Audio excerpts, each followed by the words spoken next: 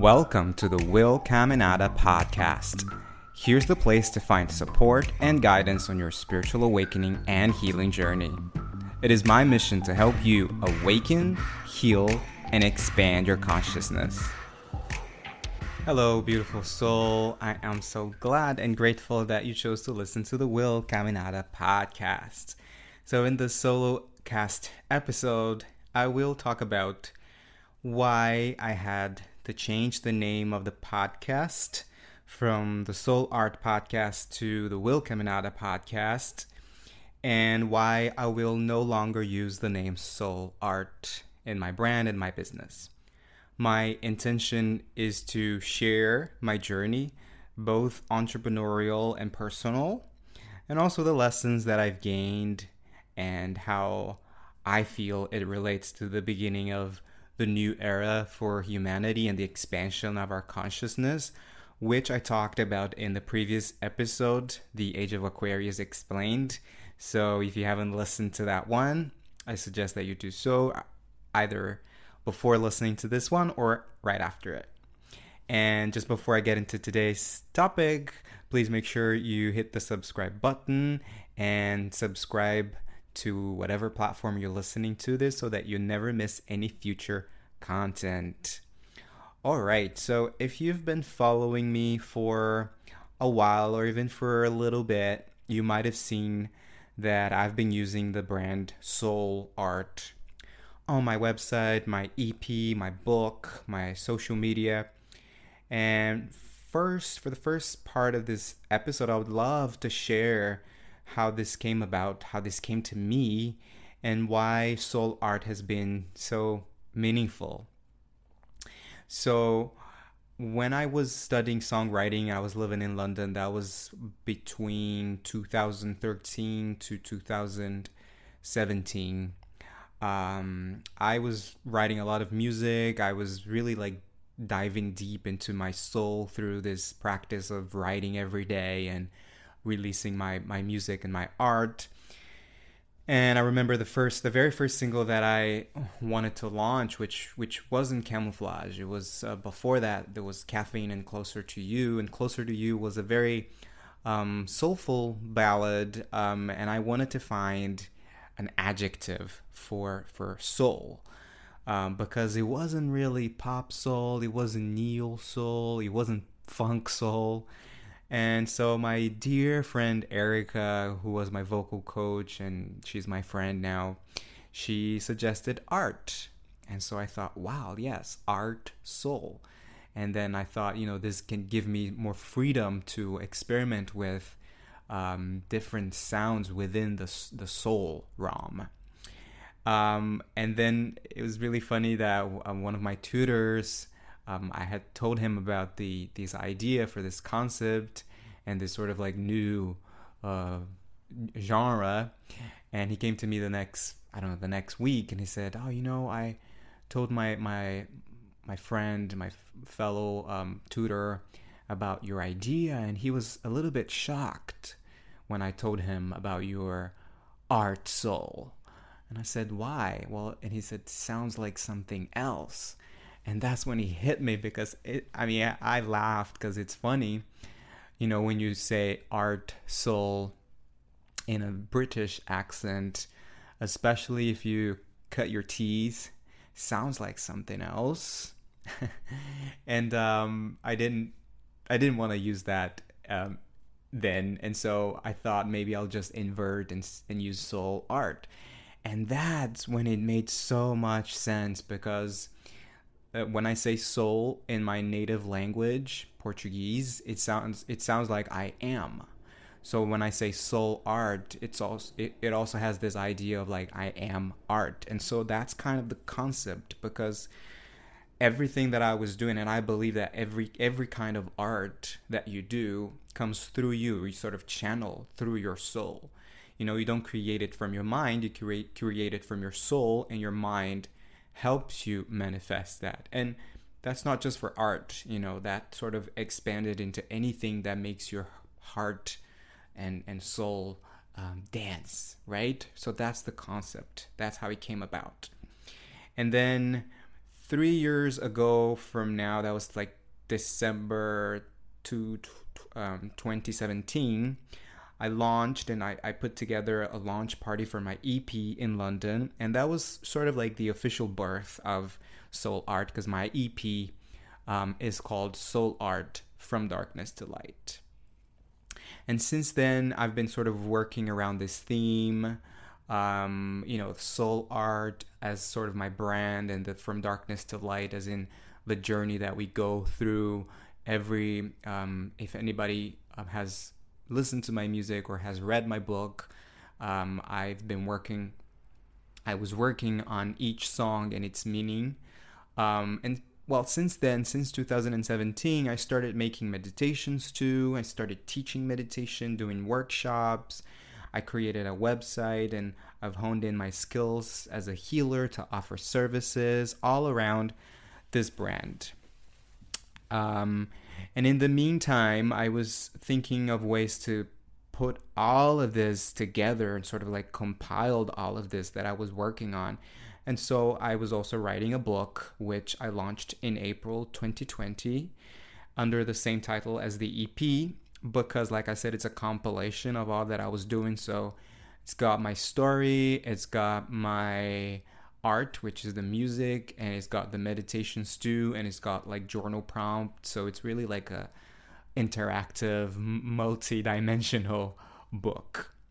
Well, all of that to say how I've been building my solo business, my online content, and etc. So I would say I've been working under this name for over 3 years.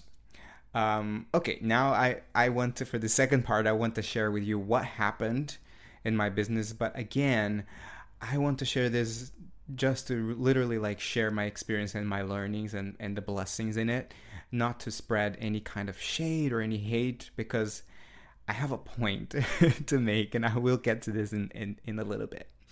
So about 2 months ago, this episode is being recorded in December 2020, the very end. So about 2 months ago, I received an email from the owners of the trademark Soul Art in the US and Canada.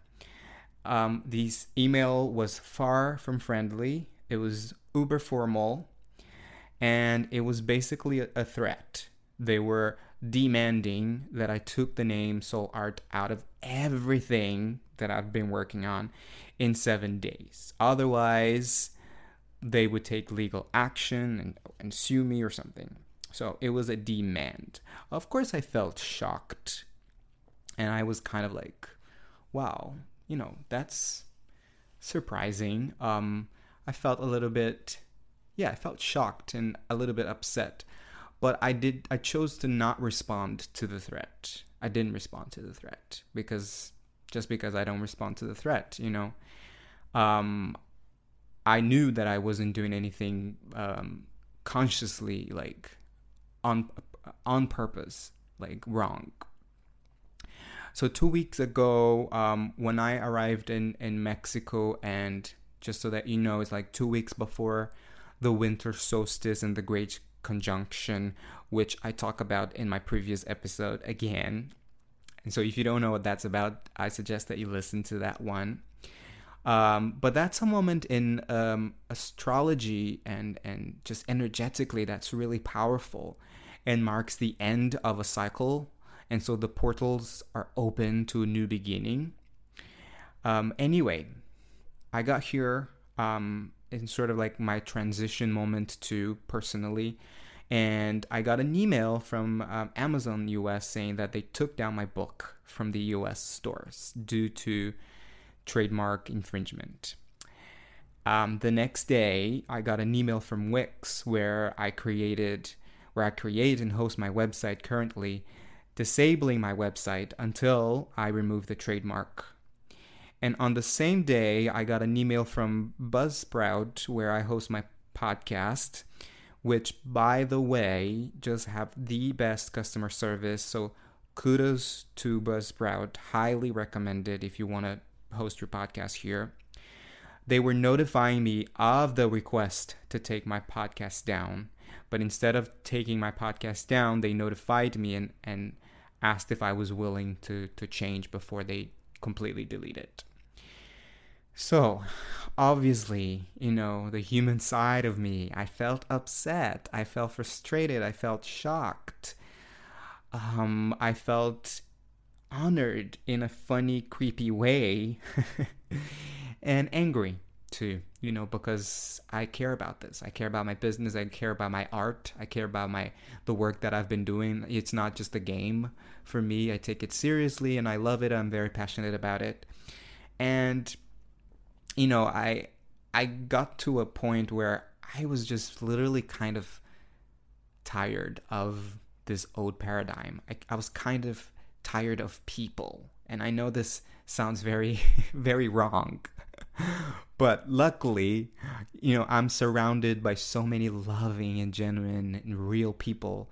And so they help me remember that there are loving and genuine and conscious people in this planet. And I'm sure you're listening to this, you are one of them. So thank you. And by this time, you're probably asking yourself, like, why the heck didn't you trademark it before, Will? Why? Or why didn't you check into it before expanding your work under this name, with this name? Well, the thing is, back in 2017, when I was about to launch my EP, I did have a look on Google. Of course I did. I checked the domains, I checked Google, I checked Instagram and all of that. And there were a bunch of people using this name. So these people, the owners of the trademark in the US and Canada, they were just one amongst many, literally. So I was aware that it wasn't necessarily a super unique name, and also, like, even if I had trademarked it in the UK where I was living at the time, or even in Brazil, or any other place in the world, I still wouldn't be able to legally use it in the US and Canada, so that would limit me. Okay, now for my point, and I have two. So the first one is about creativity. I do believe that creativity is divine, and we are channeling from the same source, because we are all from the same source. That's what I believe. And after all, that was the whole concept of soul art for me. So perhaps we, as in me and myself and this other artist who owns the trademark and whose name shall remain anonymous here, perhaps we downloaded the same idea, and we both acted upon it and created our own soul art. Mine is different to hers, but in the essence, we are all creating from the same source. And that's a huge topic on the book Big Magic by Elizabeth Gilbert. If you're more interested in this topic, I highly recommend that book. And she talks about it, that the ideas, inspiration, they're just floating around and choosing for someone to sort of manifest that idea into this physical reality. My second point is I understand, I totally understand why they, and I say they because it's a team, they were sort of chasing me, because they are working, as they say, working in the field of spirituality, self-help, and self-empowerment, according to their documents. And I'm kind of working in a similar field. And I also totally understand why someone would pay for something like a trademark, which gives them exclusive use. And I understand why they would want to have this, what they paid for. My issue with this whole thing, this whole story, was the kind of approach, was the aggressive approach, was the demands, was the taking down things, was the entitlement to something that they also claim to be divine. It's the old paradigm of possessing creativity. It's the old paradigm of you versus me. We are separated. It's the 3D linear and egotistical way of doing things that's so rooted in fear, lack mindset, presuming that the other is always against you or with mean intentions. And so when I say here in the podcast or social media, when I say we need to shift from 3D to 5D consciousness, this is what I mean. It's doing the opposite of all of that. It's remembering that we are abundant, that our essence is of love, that creativity is divine, that we are one and we should be working together for the healing and ascension of the world. It's all I talked about in my previous episode, again, about the age of Aquarius. So again, if you want to understand more about that, which is kind of similar to the 5D consciousness. It's a more community-based living, a more heart-centered. It's more about unifying than separating. And what surprises me the most is the lack of coherence to her brand and mission and all that she offers. So on her site, she mentions, quote unquote, a business devoted to circulating love around the planet with creative inspiration. And now I genuinely ask myself, what kind of love and creative inspiration is this? And I ask, does love demand? Does love possess? Does love see the bad in people? Does love assume that people are separate and against each other? Does love limit creative inspiration? Does love punish? Does love judge? Does love delete art that's been created from the soul? Well, the kind of love I believe in and that I want to spread doesn't. For me, love is kind. Love vibrates in abundance. Love creates inspiration. Love heals. Love expands. Love unites. Love is all there is. And this is the kind of love that I'm committed to spread with my work and my being. I contemplated writing a letter to them, and in meditation I heard a voice from my guides that said, well, ask yourself, what would love do? What would love do? And this question just kept ringing in my consciousness. And then I got my answer. Love lets it go. Love forgives. Love doesn't want to win. Love doesn't need to win. Love doesn't want to teach a lesson. Love doesn't need to have the final say. Love doesn't even have to say anything. And so this is my main message for you. After all the story, if you, like me, are committed to spread love, to be love, and I believe you are, always ask yourself, what would love do? And just meditate on it. And to say that I really let go now of that name, I can say that I really let go of that name because I think it served its purpose. And that's why I said it's the end of an era and the beginning of a new one, like the Aquarius. And that I'm honestly really okay with all of that right now. I had my moments of frustration and grief, but I'm super okay with it right now because I know and I trust that I am always guided, that I'm always safe, And my guides keep telling me this: you are guided, you are safe. And I believe that my guides are onto something. Perhaps they know that I didn't need this name anymore, that my work will expand and I can't have this kind of limitation. And perhaps they will send me another name at the right time. But honestly, we as human beings are attached to names and labels. But on the grand scheme of things, our essence just goes beyond names and labels.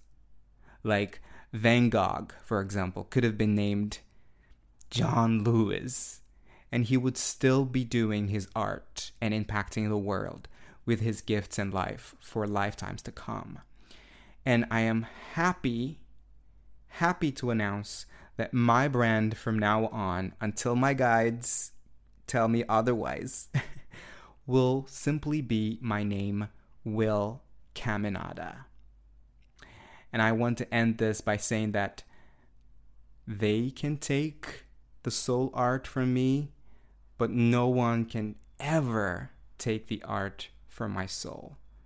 And the same goes to you. I thank you so much for your support, for your love, for your partnership, for your time, and just for being with me on this journey. And I invite you to join me in spreading the kind of love and higher levels of consciousness that the world needs. You can connect with me and tell me your feelings about it on my Instagram. That's at Guiwill, Guiwill. And just a heads up, my website is still running, www.willcaminada.com. Unfortunately, my book is not available for sale in the US store or Canada, but it is available on Amazon stores around the world, and you can also get in touch with me. I might change the name so that I can sell it at the Amazon store, but this is all sort of in the process right now. I am gonna keep going, keep building my business and creating content, and this is a blessing, and I'm sure of it.